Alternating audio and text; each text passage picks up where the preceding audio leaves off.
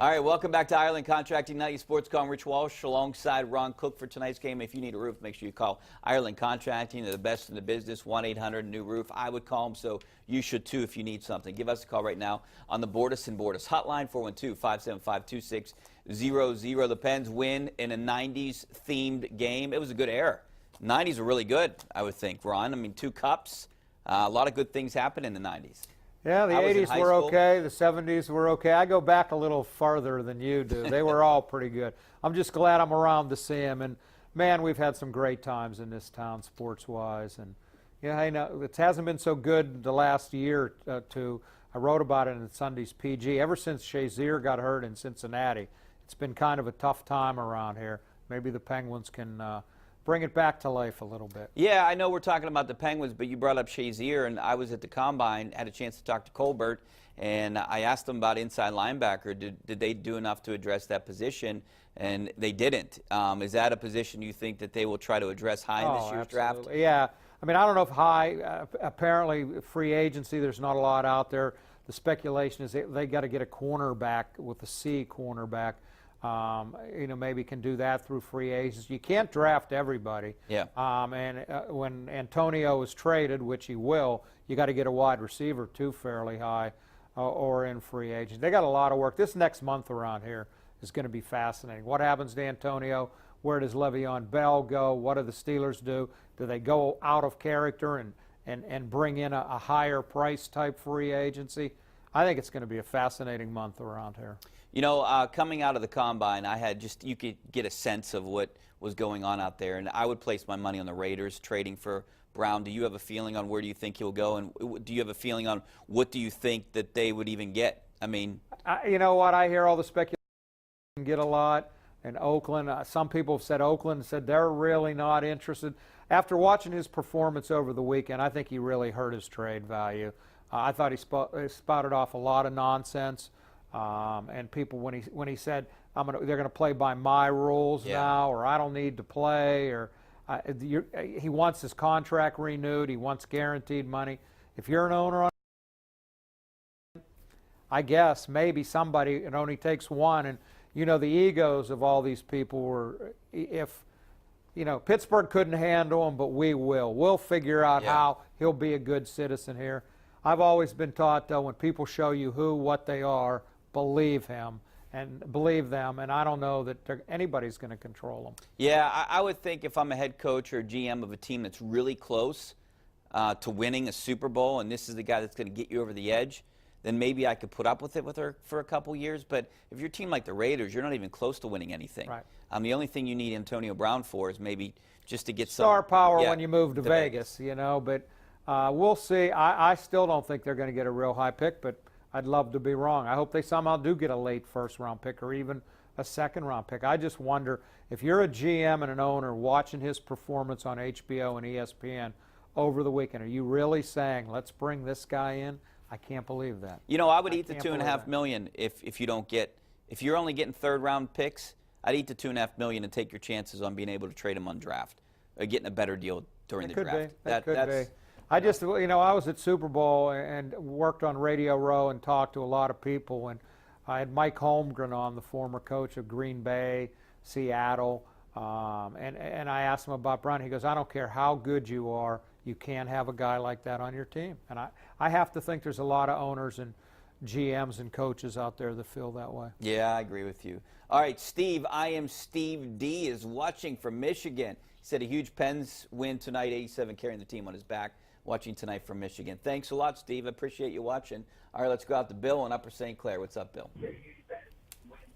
Bill, you there? Yeah. Bill, turn the TV down. What's up? Not much. Hey, listen, how come Smith's not goaltender? Is he hurt or what? No, he's the backup. We talked about this a little bit earlier, Ron. I don't think we're going to see a lot of this Smith. You need to get Murray into some kind of rhythm. Yeah, but you can't play him every game. You got to keep the other guy sharp too. Yeah, and you can't just go down the stretch with Murray here. You got to play DeSmith a little bit.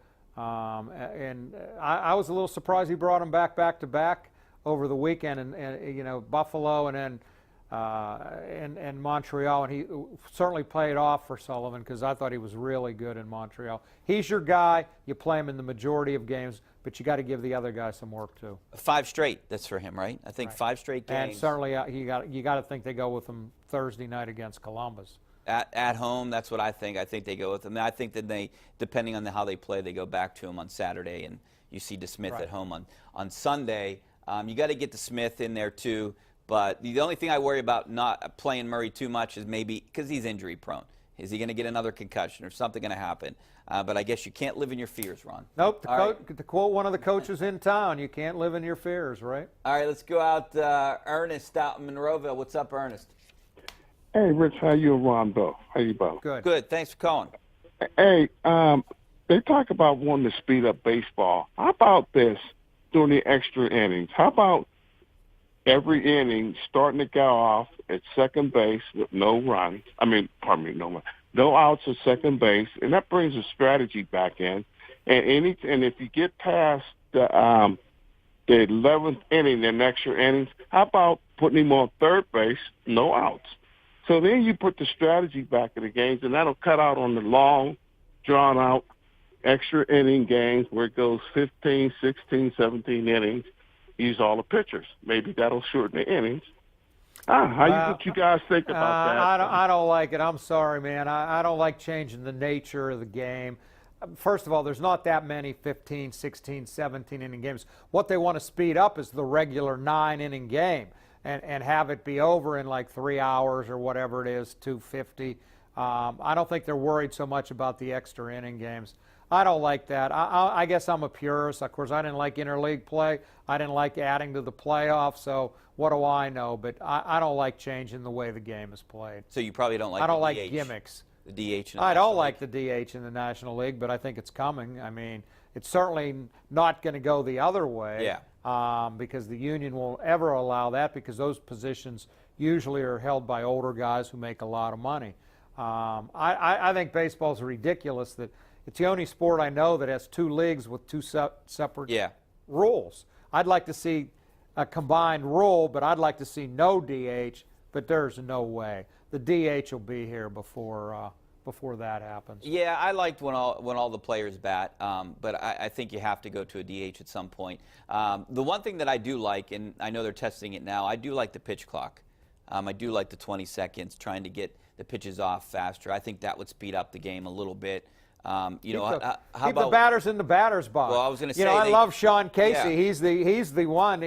The human delay. And Sean, if you're out there watching, you know I love you. He'd step out after every pitch, flick both gloves, do something, and then get back in the box. Yeah. Every single pitch, stay in the box. Yeah, I mean, there should be maybe And a get time. ready for the next pitch. Yeah, because batters are at fault too, with the batting gloves. Right. All right, back out to the phone lines. We're going to go out to, let's go out to Isaac out in Huntington. What's up, Isaac? How you doing?